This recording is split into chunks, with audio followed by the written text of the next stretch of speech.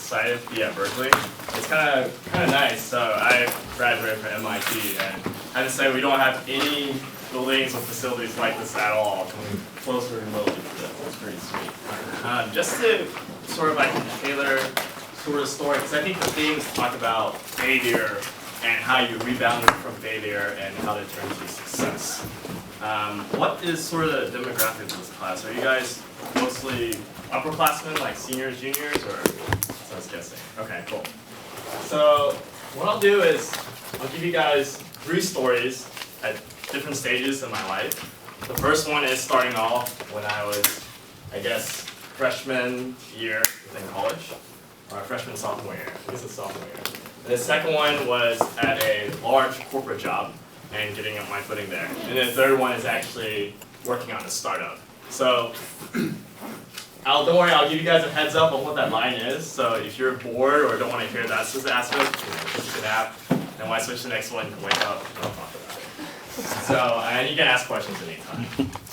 So the first story I was going to talk about was along this theme. And each of these stories I have a little theme about it. But no matter how bad things are, you can always turn things around. Even if it's at the very beginning and very early on in your career.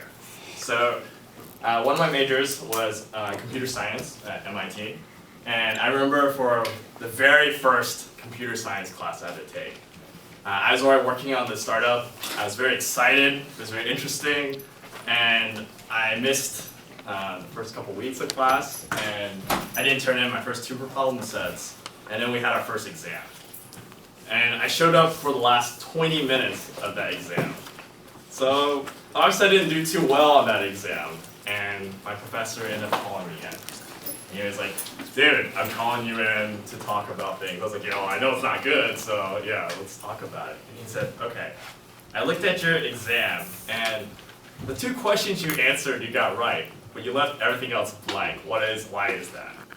And so I was pretty upfront, honest, and told him what was going on. I was like, hey, look, I've been working on this startup idea. It's been very interesting, and I know I haven't been exactly the best in terms of your class. I haven't really been turning up the homework and coming in. What can I do to sort of do this better, and what's your advice about it? And so we talked about it, and we came up with some things, and he's like, well, it's very interesting. What's your idea? And I told him, okay, I've been working on this smart wearable electronic gloves that help soldiers talk to one another using hand gestures and signals and everything. He's like, oh, that sounds like a really cool project. He's like, oh, okay, so how does this relate to coding? What do you want to get out of my class and everything?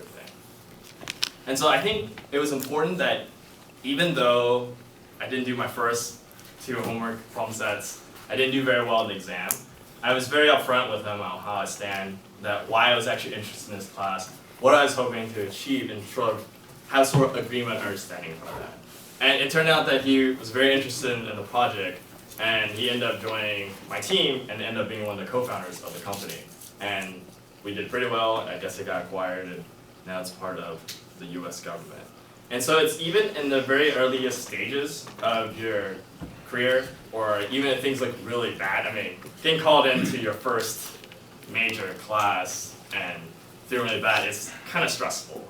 And you don't think that you can find the terms, but there's always some motivation or reason behind what the person is thinking, and there's always ways to find how it can be linked together to make it better. And so don't sweat it, don't fret about it, find out the solution and go about that. So that's starting off, and that was in college. The second one is focused on when I was working at a large company. The company happened to be called SAP.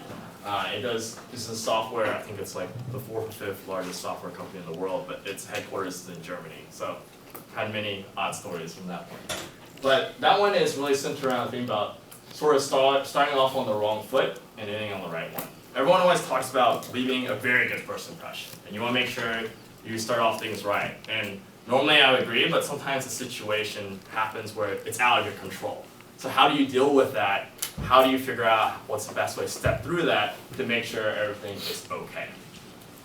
So in this situation, what happened was, it's very cool. I got excited. I got this job to work at SAP, to work in analytics. I was a data scientist to do analytics in that space. And what happened was, when I started off, I guess this It's kind of dumb. I went to go play some ultimate frisbee, and there happened to be this giant hole in the floor, and where we were playing on the grass field. And this is at Stanford, so I know Berkeley does a better job repairing things and keeping it clean, but fortunately, Stanford's not like that. And so I stepped in the hole, I injured my foot, and it was really bad. I tore all my ligaments, I tore all that stuff, so I was out basically for 3 months. This is within the second week of starting my job. And it was really stressful for my boss at the time, because our goal at the company was to sort of help them transition from a traditional in-person sales, because SAP traditionally, when they do sales and do outreach, it's in person. They meet and they send out a lot of cold calling, they send people out to talk to customer representatives, and they're trying to transition to more of a digital age. They're trying to transition so that they can sell the product online through the web, through mobile apps. And our project, our task is to try to figure out what is the best things for them to build, how can they go about that process to actually increase their sales, connect with their customers better, using the web and keeping current. And within I think week 3, while I was out, they had this thing scheduled where they have a get-together where you get to meet everyone with your team, you go over the objectives and align things. And honestly, I was not there, which is not bad. I remember my boss would send me messages, whether it was on my phone or whether email, I was like, hey, what are you doing? Have you recovered yet? I'll be like, no, my foot still kind of hurts. I'm still in the hospital, but I can understand where she was coming from. And so what I tried to do then, early on, I was like, man, this is really starting on the wrong foot, and things are really not going so well in this regard. I again reached out to her first and said, okay, I know we have this project, and it's very unfortunate what happened in this situation. I know I have a big timeline, so what exactly is our end goal? Who are our customers we're trying to deliver? But what time frame are we looking to achieve things? So I basically laid it all out, exactly what I was supposed to do and how I was supposed to get that done, and what was important to her from the project perspective, from a team perspective, and all those things. So basically I try to dive down at the root of what matters. And what you find a lot of times, it's not necessarily just, and people are people, and they're usually pretty nice, so it's not necessarily that she wants this set of tasks accomplished. She wants to get to know our team, she wants to know sort of how things I think, she wants to be able to trust me and figure out how we can move together forward. And so based on that, having that conversation made her a lot more relaxed, as opposed to me avoiding the issue and just lying, I guess, in the hospital and not really communicating with all these issues. So facing and taking the problem head on and figuring out what her needs were and figuring out how we can get our things achieved is very critical. And it allowed me to scale back what I was supposed to do. Because then she came to understand, okay, this is the number of hours you can actually do. Let's focus on these specific tasks, and let's try to get these achieved. And I try to set realistic expectations. I think one of the problems that people always struggle with is they either promise too much or they promise too little, right?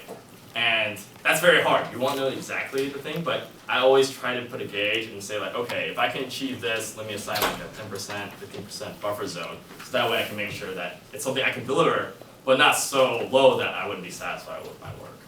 And so as a result, we were very lucky. We were able to increase sales significantly. I think we increased traffic somewhere over 35% within the first 3 months, because what happened was, instead of us doing all these projects and problems and trying to solve everything, we focused on 1 or 2 specific tasks, 1 or 2 specific countries, and increased it and found a process that worked, and we were able to extend it a lot farther. And it ended up being a really good position, and I ended up on really good terms with my boss, good enough to the point where, honestly, throughout all my promotions within the company was through her, and she actually helped me a lot. And even now with this current company that we've been working on, she actually helps us out, advise, and has actually requested that when the time comes, she would actually be very willing to switch sides and come work at this company we've been at. So that's, I guess, the experience from a school perspective. The second one is experience sort of from a corporate large company perspective. The third one is actually from a combination of from a startup perspective, but really more what you're trying to go after. And the third story really focuses about focusing on what you want to do. And in this case, I started off chasing the wrong dream and how you switch to the right one. In a sense, everything I try to do, I try to have this sense of fulfillment or feel like I'm offering some sort of value or giving something accomplished, or feel like I'm helping whatever my goals are. In this case, it's how can I make the world a little bit of a better place? how I can get back to the people I want, how can I solve some solutions. And so this brings us to this company that I've been currently working on. Before we switched to Blue Ties, there was actually another name for the company, and it did quite well. It was around for about a year and a half. It focused on job matching and actually placing people in specific jobs. And we had clients, we had users, we were making revenue already. We even got contacted and got offers from a few of those fancy incubators, accelerators that you heard of. And yet, every time, no matter what I did with it, I always felt unfulfilled, I was falling short. Even when our company was successful in terms of placing someone to a specific job or internship, I felt for some reason I didn't really achieve or solve the problem or made that person happy. I always felt like I was putting like a Band-Aid on that problem. And it was really hard because when you're having something that's very successful and rising so quickly and people want to join and you're making revenue, it's hard to actually take a step back and be like, okay, why am I not happy? Should I continue going to this path? Should I change what I'm doing and approach things differently? But that's what I did because I felt unfulfilled. Even when we were delivering what was constituted a success, it felt like I was falling short. So what happens when we took some time off, when we figured out what was the purpose of our product, what was the purpose of the company, what problem am I really trying to solve that would make me feel good and also make our customers feel good. And what I came to realize is like when I really started off the goal wasn't necessarily to help people find jobs. There's like a couple stats out there, and it's really true. They say 80% of people aren't happy with their jobs or career throughout their lives. They say 95% of people, even 6 months after graduation, even if they have jobs, they're not exactly sure if this is the career they want to do or how it's hoping.